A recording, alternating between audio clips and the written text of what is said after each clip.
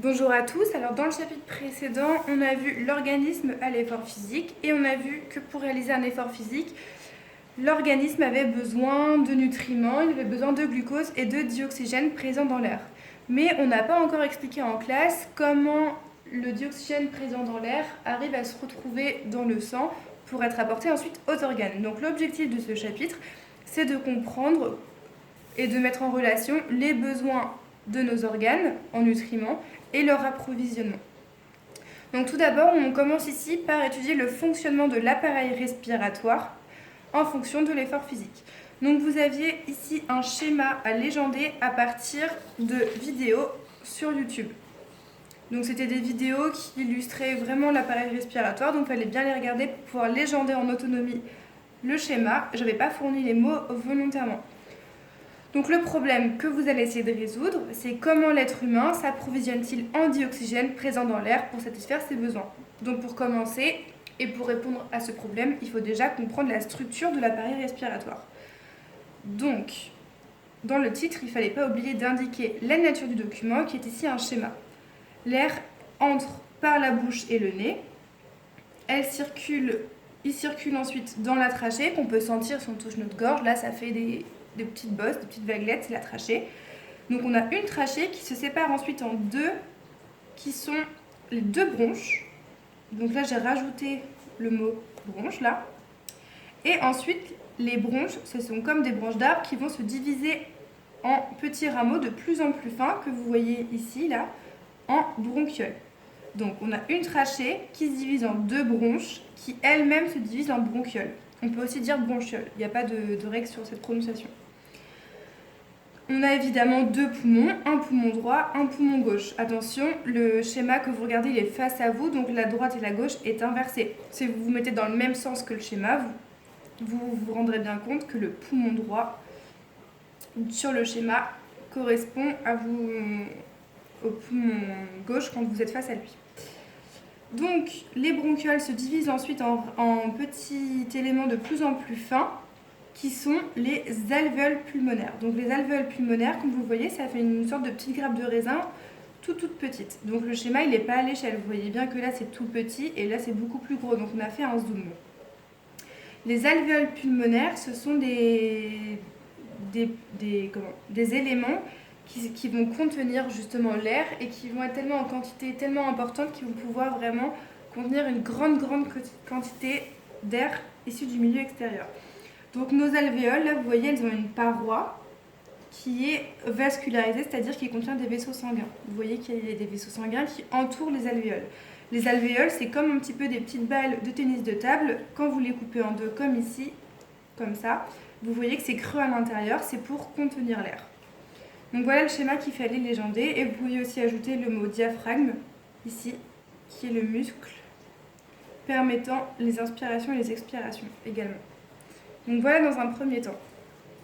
Ensuite, on vous demandait de faire un dessin d'observation de ce qu'on observe lorsqu'on regarde une coupe de poumon au microscope. Donc pour se resituer un petit peu, ici vous avez une photo d'alvéoles pulmonaires observées au microscope telle quelle. Donc vous revoyez ici mes petites grappes de raisin, mes petites alvéoles qui sont un peu circulaires. Voilà. Et si on les coupe en deux, transversalement, et qu'on observe au microscope, on obtient ça. Donc ici, c'est comme ma balle de tennis de table que j'ai coupée en deux. Tout le jaune que vous voyez là, c'est l'air, c'est pas du vide, hein, c'est l'air qui est à l'intérieur de l'alvéole. Et tout ce qui est en rose là, rose-rouge, ça correspond à l'extérieur, à la paroi de mon alvéole. Voilà, c'est pour ça que quand on regarde bien la photo, ça fait des petits cercles de cercle, ça correspond aux alvéoles. Donc vous voyez que dans un poumon, finalement, on peut contenir une grosse quantité d'air parce qu'on a une multitude d'alvéoles. Ici, c'est la même chose observée au microscope, encore un plus gros grossissement. Et contrairement à la photo précédente, ici, on peut observer des petits ronds rouges. On ne sait pas encore ce que c'est. Toujours notre surface blanche là, qui correspond à l'air et notre surface rose-rouge qui correspond à la paroi de l'alvéole. Je vous avais également mis un document pour identifier les structures qu'on observe sur cette photo. Donc là, on a fait une coupe transversale de poumon de porc. Donc Les gros vaisseaux que l'on voit ici, ce sont les bronchioles. L'ensemble là rose, c'est le tissu pulmonaire. Et les petits cercles là qu'on voit ici un peu plus fins, sans parois épaisses, là ce sont les vaisseaux sanguins. L'air qu'on voit là, c'est l'air de l'alvéole pulmonaire. Et les petits ronds là qu'on voit un petit peu partout, ce sont les globules rouges. Les globules rouges, je vous le rappelle, ce sont les éléments qui transportent le dioxygène dans l'organisme. Donc dans cette paroi, on a des globules rouges, donc ce qui transporte le dioxygène. On a également des capillaires sanguins qui sont tout fins. Ça fait des petits ronds blancs, tout petits, donc c'est plus difficile à voir. Et voilà, donc ça c'est la paroi de l'alvéole, composée, je le répète, de globules rouges et de capillaires sanguins. Pour faire un dessin d'observation, je ne vous avais pas donné de consigne volontairement, c'était pour voir un peu ce qui vous restait de votre année de 6e sur les règles du dessin d'observation. Donc je vous propose ici une correction qui n'est pas un modèle à suivre, c'est un exemple, on peut en faire plein d'autres. Donc dans un dessin d'observation, vous remarquez que tout se fait au crayon de papier, même le titre, zéro trace du bic. Que dans le titre, on indique la nature du document, donc ici dessin d'observation d'une coupe de poumon observée au microscope. Ici, je n'ai pas cherché à représenter toute la photo, ça sert à rien.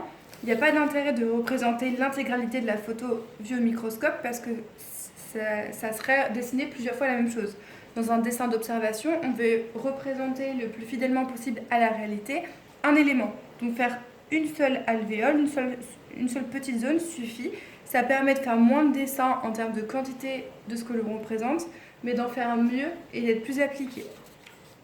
Donc ici, j'attendais dans le dessin d'observation des légendes qui soient tirées à la règle du même côté, des légendes qui soient fines et les traits de légende qui arrivent tous au même niveau. Donc on a bien les capillaires sanguins, donc ce sont les petits ronds un peu blancs que vous avez vus sur la photo. Et on a les petits ronds rouges, violets là, qui correspondent aux globules rouges. L'alvéole pulmonaire, c'est l'ensemble en fait, c'est toute cette structure. Le milieu, l'intérieur qui est vide, c'est mon air. Et l'ensemble là, que je représente rapidement avec mon crayon, c'est la paroi de l'alvéole. Donc vous voyez que là, on a un dessin d'observation réalisé au crayon de papier. Comme ici, on n'avait pas précisément les détails sur le zoom, le grossissement utilisé pour observer au microscope, je ne l'ai pas rajouté dans mon dessin, mais on aurait pu ici mettre le grossissement utilisé.